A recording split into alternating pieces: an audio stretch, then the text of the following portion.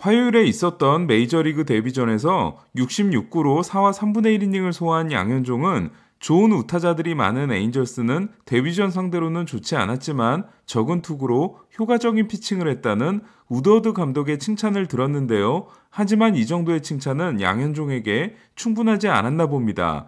지난 경기 후 3위를 쉰 양현종은 이번에는 좌한 상대 팀 타율이 메이저리그 4위에 해당되며 좌한에게 강한 타자들이 질비한 보스턴을 상대했는데요. 지난 에인절스전에서의 4와 3분의 1이닝 1K 5피안타 2실점보다 훨씬 좋은 4와 3분의 1이닝 4K 1피안타 무실점을 기록했습니다. 지난 경기에서 18타자를 상대로 홈런과 2루타를 내줬던 양현종은 오늘은 15타자를 상대로 단타와 볼넷을 하나씩 내주고 평균 자책점을 4.15에서 2.08로 낮췄는데요. 양현종은 지난 경기보다 15구가 적은 51개의 공으로 아웃카운트 13개를 만들어내는 대단히 인상적인 피칭을 했습니다. 그리고 무려 71%의 스트라이크 비율을 기록하는 대단히 공격적인 피칭을 했습니다. 두 경기에서 8과 3분의 2이닝 2실점인 양현종은 특히 볼넷이 하나밖에 되지 않습니다. 지난 경기에서 상대 선발이 오타니였던 양현종은 오늘은 아리아라에 이어 마운드에 올라왔는데요. 첫 4경기에서 2승 1패, 2.22를 기록하며 메이저리그 안착에 성공하는 듯했던 아리아라는 지난 경기 2이닝 6피안타 5실점에 이어 오늘도 2와 3분의 2이닝 4피 홈런 6실점에 그쳤습니다. 지난 경기에서 2사 2삼루에 올라와 승계주자를 막아냈던 양현종은 오늘도 1대6으로 뒤진 3회 2사 1루에서 등장해 공 하나로 이닝을 마무리합니다. 그리고 4회를 3자 범퇴로 끝내는데요. 특히 좌완에 강한 알렉스 버두고를 몸쪽으로 패스트볼을 완벽하게 찔러 루킹 삼진을 잡아냅니다. 5회 양현종은 JD 마르티네스에게 타구 속도가 82마일에 불과한 안타를 맞았고 데버스에게는 볼넷을 내주는데요. 하지만 바스케스와 달백에게 공을 2개씩 던지고 1사 1, 2루에서 탈출합니다. 양현종은 6회와 7회도 3자 범퇴로 처리하는데요. 6회 램프로를 헛스윙 삼진으로 잡아낸 공은 완벽하게 떨어진 체인지업, 7회 JD 마르티네스를 삼진으로 잡은 공은 몸쪽으로 완벽하게 파고 들어간 슬라이더, 다시 보가츠를 삼진으로 잡은 공은 체인지업이었습니다. 이에 지금까지 양현종이 잡은 5개의 삼진은 체인지업 3개, 슬라이더 하나, 포심 하나입니다. 양현종은 지난 경기에서 89.6마일이었던 포심 평균 구속이 90.8마일로 올랐고 무엇보다도 완벽한 제구를 선보였는데요. 좌타자의 몸쪽과 바깥쪽을 모두 활용하고 우타자의 높은 코스와 낮은 코스를 고르게 던짐으로써 패스트볼이 스트라이크 존 전체를 커버하는 모습을 보여줍니다. 특히 양현종은 평균 82마일 체인지업이 우타자에게 제대로 먹히고 있는데요.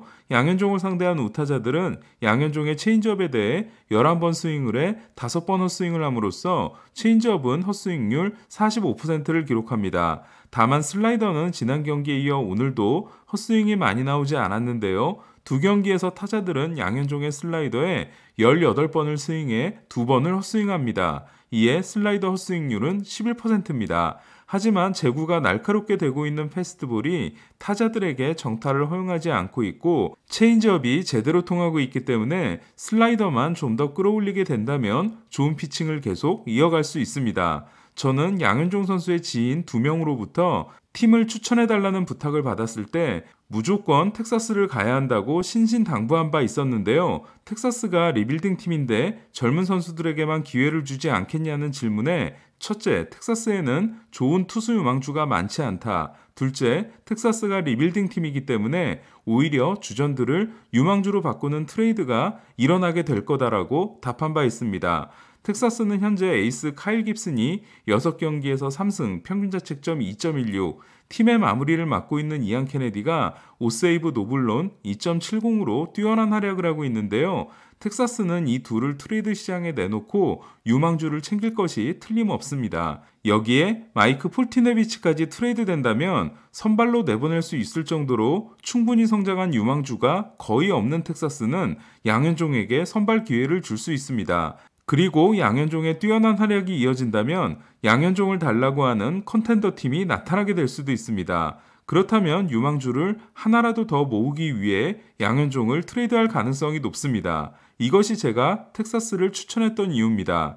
양현종이 시범 경기에서 잘 던지고도 개막전 로스터에 들지 못한 건 상당히 아쉬운 장면이었는데요. 하지만 양현종 본인의 말대로 택시 스쿼드에 들어 메이저리그 팀과 동행하고 메이저리그 경기를 관찰하고 나서 데뷔하게 된 것도 빠른 적응에 도움이 되지 않았나 하는데요. 하지만 양현종의 사다리 오르기는 이제부터가 시작이라고 할 수 있습니다. 두 경기 모두 점수차가 크게 벌어진 후 등판했기 때문인데요. 점수차가 크게 벌어지면 타자들의 스윙이 커지면서 투수가 유리해지기 때문입니다.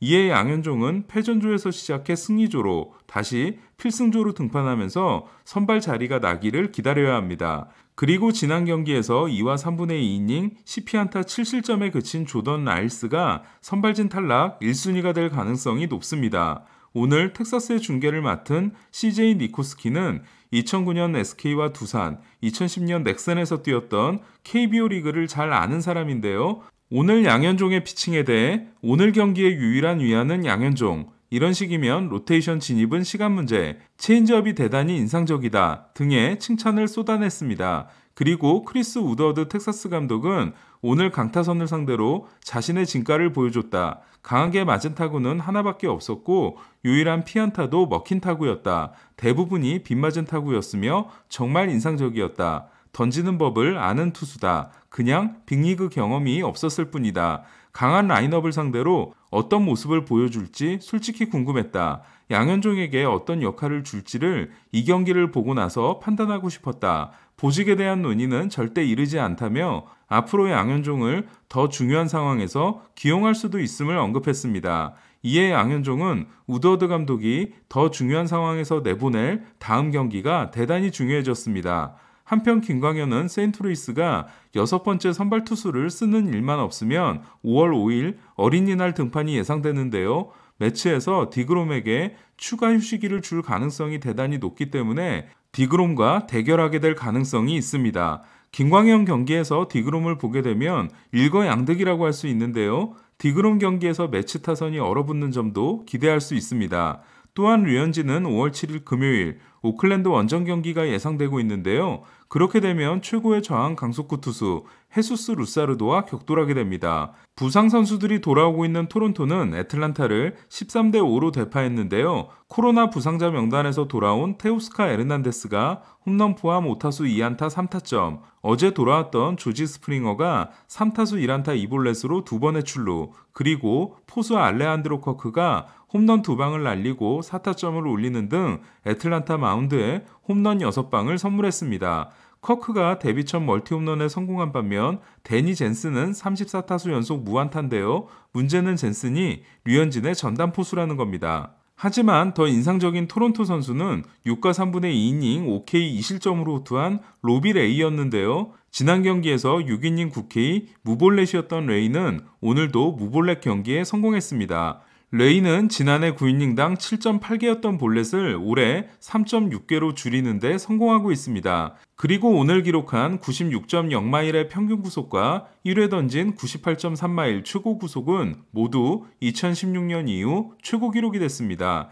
양키스는 디트로이트를 10대0으로 꺾었는데요. 게리 콜이 6이닝 12K 무볼넷 무실점으로 시즌 성적을 4승 1패 1.43으로 끌어올렸고 에런 저지가 통산 2호 만루 홈런 포함 5타수 2홈런 5타점을 기록했습니다. 클리브랜드는 쉐인 비버가 등판했는데요. 6이닝 11K 3실점 승리를 통해 카이클에게 6이닝 4실점 패전을 안긴 비버는 이로써 18경기 연속 8K 이상이라는 메이저리그 신기록을 달성했습니다. 비버가 6경기에서 기록한 68개의 삼진은 4월 최다 삼진 메이저리그 신기록입니다. 세인트루이스는 진기한 기록이 나왔는데요. 어제 선발 김광현의 자리에 등장해 대타 3런을 날렸던 맥 카펜터가 오늘도 선발 존 겐트의 자리에 등장해 대타 3런을 날렸습니다.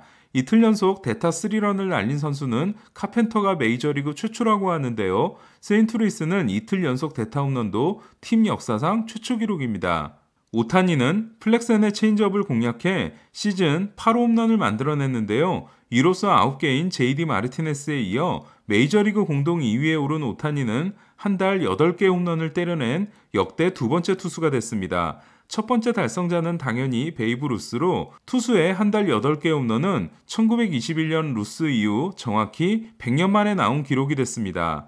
다저스는 오늘도 무기력한 패배를 당했습니다. 어제 미러키에 2대1로 패했던 다저스는 오늘은 미러키에 3대1로 패했는데요. 폴락의 솔로 홈런으로 연패를 면한 다저스는 안타 2개와 볼넷 하나에 그치고 11개의 삼진을 당했습니다. 다저스는 3승 9패에 그친 최근 12경기에서 팀 타율과 출루율이 모두 메이저리그 꼴찌입니다. 오늘 경기에서는 6이닝 7K 1실점 승리를 따낸 미러키 선발 프레디 페랄타도 있었지만 저는 조시 헤이더가 더 인상적이었는데요. 헤이더는 9회에 등장해 다저스가 자랑하는 코리 시거, 저스틴 터너, 맥스먼 씨를 모두 삼진으로 잡아내고 9와 3분의 2이닝 19K 1실점, 9이닝당 17.7개의 삼진이라는 무시무시한 모습을 이어갔습니다. 이로써 헤이더 상대 성적은 시거가 4타수 무안타 4삼진, 터너가 8타수 무안타 5삼진, 먼시가 10타수 1안타 8삼진이 됐는데요. 카운셀 감독이 멀티이닝을 맡겼던 헤이더를